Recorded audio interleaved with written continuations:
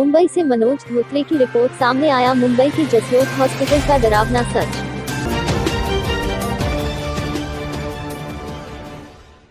मानुस्की foundation के माध्यम से सामने आया जसलोक हॉस्पिटल के मैनेजमेंट और कैशियर की पोल। प्रकृति नामक पेशेंट जो कि भाटिया अस्पताल से जसलोक अस्पताल में एडमिट हुए थे, उनकी मेडिकल हिस्ट्री के हिसाब से उनके घुटने का ऑपरेशन हुआ था। उनको 22 जून को घर भेजा गया। घर जाने के बाद उन्हें सांस लेने में तकलीफ होने लगी, इसलिए उन्हें फिर से भाटिया अस्पताल में एडमिट करने ले जाया गया। भाटिया अस्पताल में ऑक्सीजन की सुविधा नहीं होने के कारण उन्हें भर्ती नहीं करवाया और उन्हें जसलोक में भर्ती करने को कह दिया। जसलोक में भर्ती करते ही प्रकृति जी पे इलाज को शुरू कर दिया। उनकी तबीयत में सुधार होते ही 10 दिन बाद उन्हें डिस्चार्ज के लिए कहा गया। मरीज की बेटी मनीषा, जो कि अकेले घर में कमाने भी सदस्य है, उसने जसलोक में पहले 40,000 और फिर 60,000 पूरे मिला के 1 लाख रुपए भर दिए थे। अस्पताल उन्हें और 1,30,000 भरने के लिए फोन कर रहा था। मनीषा का कहना है कि अस्पताल के मैनेजमेंट से उन्हें कॉल आया और बोला कि आप पैसे दे दो, नहीं तो हम पुलिस में कंप्लेंट करेंगे। उसके बाद मनीषा ने मानुस्की फाउंडेशन के वड़ई विभाग के अध्यक्ष मनीष पवार से संपर्क किया और उनके जरिए मानुस्की फाउंडेशन के अध्यक्ष तुषार कदम जी से बात की। तुषार कदम जी ने तुरंत अस्पताल के मैनेजमेंट से फोन पे बात की और पेशेंट के आर्थिक स्थिति के बारे में अस्पताल को बताया। उनके बाद तुषार जी को अस्पताल में से शशिकांत नामक कैशियर का 12 बजे फोन आया। उन्हें बताया कि आप आए, हम पेशेंट को डिस्चार्ज करवा रहे हैं। उसके आधे घंटे बाद अस्पताल से मरीज के घर यानी मनीषा को फोन जाता है और कहा जाता है कि आपकी पेशेंट कोरोना पॉजिटिव हो गई है, अब डिस्चार्ज नहीं दे सकते। यह बात जब तुषार जी को पता चली तो उनकी टीम के साथ जसलोक अस्पताल में पहुंचे और वहां मैनेजमेंट से बातचीत करके पेशेंट का डिस्चार्ज करवा दिया। आइए जानते हैं कि हमारे संवाददाता मनोज धोत्रे से की गई बातचीत में क्या हकीकत सामने आई। नमस्कार, मैं मनोज धोत्रे, अल्पायु एक्सप्रेस में आप सभी का स्वागत है। जैसे कि आज दोपहर को हमें एक पेशेंट का कंप्लेंट आया था, एक एनजीओ से कंप्लेंट आया था कि जिस प्रकार की एक पेशेंट एडमिट है, उनका डिस्चार्ज भी हो चुका है। उनके पास पेशेंट को डिस्चार्ज करने के लिए जो बिल है उसको पूरे पैसे नहीं थे, तो उनको आधा घंटे का समय दिया गया था। उसके बाद उनको फिर मैनेजमेंट से फ़ोन आता है कि आप अगर पैसे भरो नहीं तो हम आपका पुलिस कंप्लेंट करेंगे। उनको धमकाया जाता है।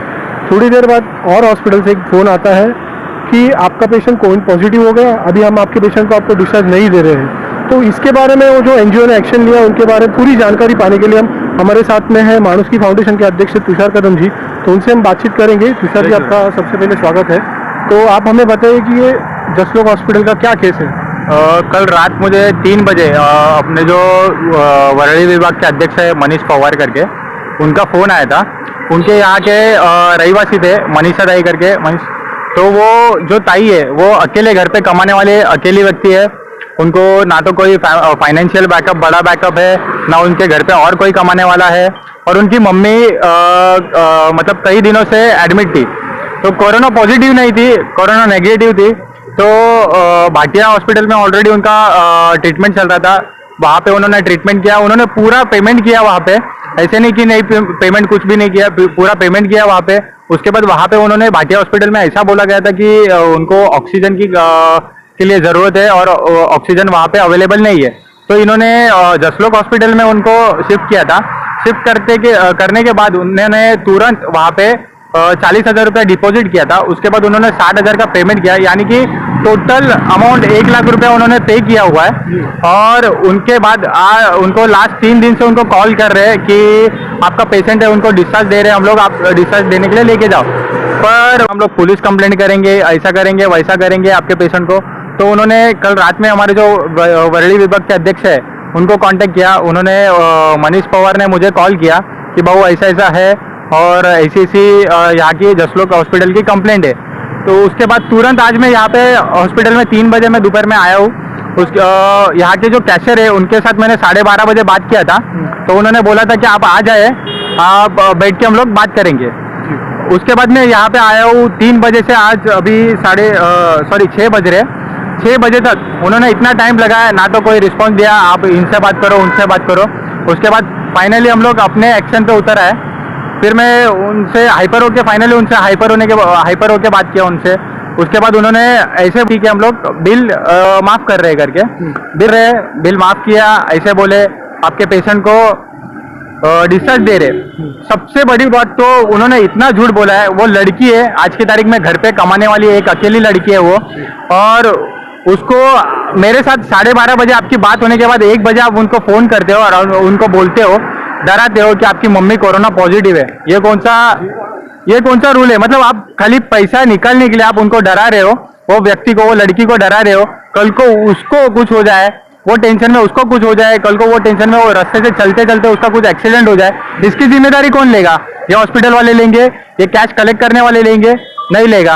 वो तो बोलेंगे सीधा, हमारा पेशेंट हमारे यहाँ पे, आप देख लो अपना बाहर एक्सीडेंट हुआ है, नहीं होगा। उसके बाद हम लोग ने 3 बजे मैं यहाँ पे आया हूँ, वर्ली विभाग के अध्यक्ष है, साथ में वो लड़की भी थी, साथ में अभी उनको भेजा गया है, छोड़ दिया है। तो उसके बाद में अभी उन्होंने एक ऐसा मतलब चीज किया है वहाँ पे कि पेशेंट को तो डिस्चार्ज हायर अथॉरिटी से बात करके हम लोग कल ये करेंगे, बट मुझे ऐसा पता चला है कि यहाँ का जो स्टाफ है, जिनके रेफरेंस से वो पेशेंट अंदर एडमिट किया गया था, उनको प्रेशराइज कर रहे हैं कि आपका पेशेंट है, आपके पेशेंट को हम लोग ऐसे ही जाने दे रहे, छोड़ रहे, तो आपकी सैलरी में से हम लोग डेबिट करेंगे, ऐसा वैसा उनको प्रेशराइज, उनसे उनके पास से राइटिंग में एक लेटर लिख के लगा है कि आपका पेशेंट हम लोग छोड़ रहे।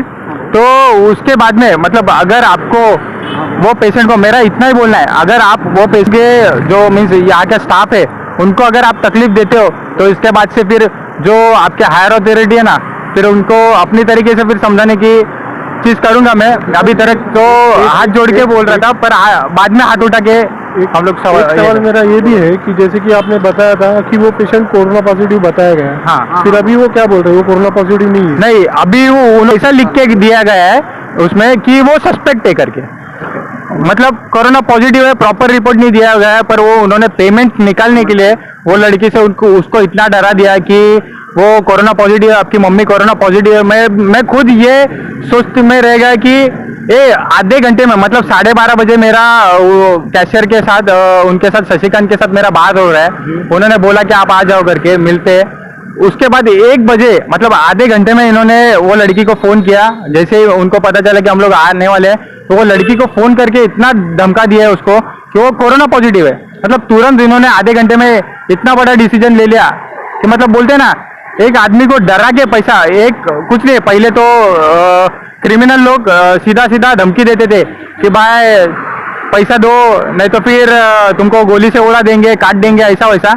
और आज हॉस्पिटल उसी तरीके से, मतलब वही है एक चीज, उसी तरीके की चीज है कि उसकी फैमिली को डरा देती है कि भाई आपका पेशेंट जो है वो कोरोना पॉजिटिव है, डिस्चार्ज करो या फिर कोरोना पॉजिटिव। हाँ, डिस्चार्ज कर रहे, पेमेंट नहीं करने के बाद, मतलब पेमेंट वो इतना, वो लड़की इवन पैसा भी नहीं है, वो लड़की मेरे पास आने से पहले उन्होंने उनसे बात की है, उन्होंने ऐसा बोला गया था कि उनको कि आप मुझे थोड़ा टाइम दो, मैं आपका पेमेंट कर दूंगी, मेरे पास अभी फिलहाल पैसा नहीं है, मैं आपका पेमेंट कर दूंगी, मुझे थोड़ा टाइम दो। पर उनको उस वक्त तुरंत पेमेंट चाहिए। तुरंत पेमेंट कहाँ से लाएगी? अभी आज की तारीख में वो लमाने वाली लड़की है, मैंने खुद उसका बिल देखा, वो लड़की ने करके स्वाइप किए बिल का पेमेंट करने के लिए। अभी कल को वो लड़की 2 से 3 लाख रुपए का EMI पे करेगी, महीने महीने उसका सैलरी, वो काम पे जाके महीने महीने उसका EMI पे करेगी, या फिर वो इसका बाकी का और अभी बचा हुआ जो 1,30,000 रुपए इन लोग मांग रहे हैं वो पे करेगी।